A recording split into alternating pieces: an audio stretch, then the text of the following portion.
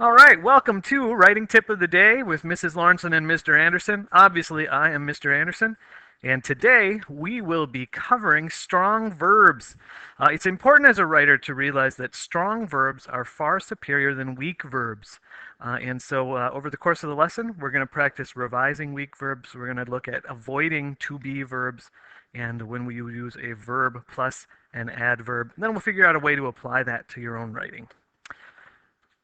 All right. Well, the thing with strong verbs is that we want to show action that the reader can easily imagine. We want the people reading to visualize the life, the energy, the details in the things that we are writing about. And active verbs are a really good way to add these qualities to your own writing.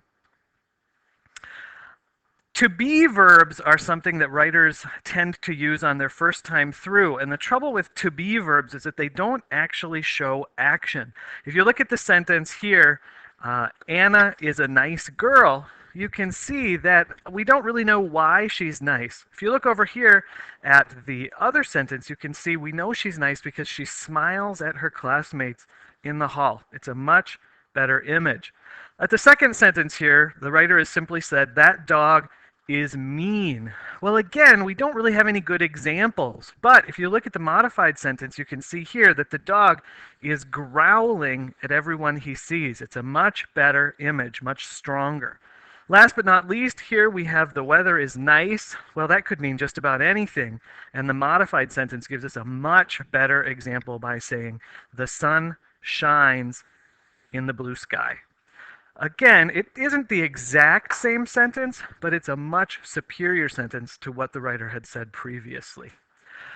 Now, I want you to take a look at these 4 sentences, and if you want to, you can pause the video right now, take out your own notebook, and write down modified sentences using stronger verbs. So go ahead and pause that if you want to. Otherwise, you can plow ahead, and I'll give you some suggestions.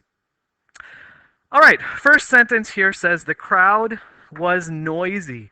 Again, this isn't particularly specific. Instead of was noisy, we might write something about the crowd screaming or the crowd chanting to get us much more in the scene of wherever that crowd is.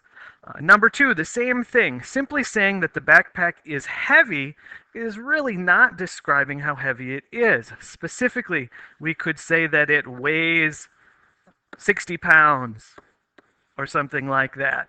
You could be more specific by saying the backpack dragged my back down to the ground or something like that to give a good image. The movie was sad. Again, how sad was it? Was everyone in the movie theater weeping hysterically? And then number 4, Troy is funny. How is he funny? Is he doing practical jokes? Is he doing physical comedy? What is it about Troy that specifically is funny? Another problem that students sometimes have is when they take a weak verb and add an adverb. And so they might say, for example, over here, we spoke quietly. Well, again, there's probably a better way to say that. You take a strong verb and substitute in. Instead of we spoke quietly, say we whispered. Or they ran quickly.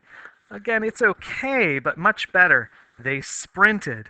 The boys stepped slowly. Well, stepping slowly, tiptoed is a much better image for your reader. All right.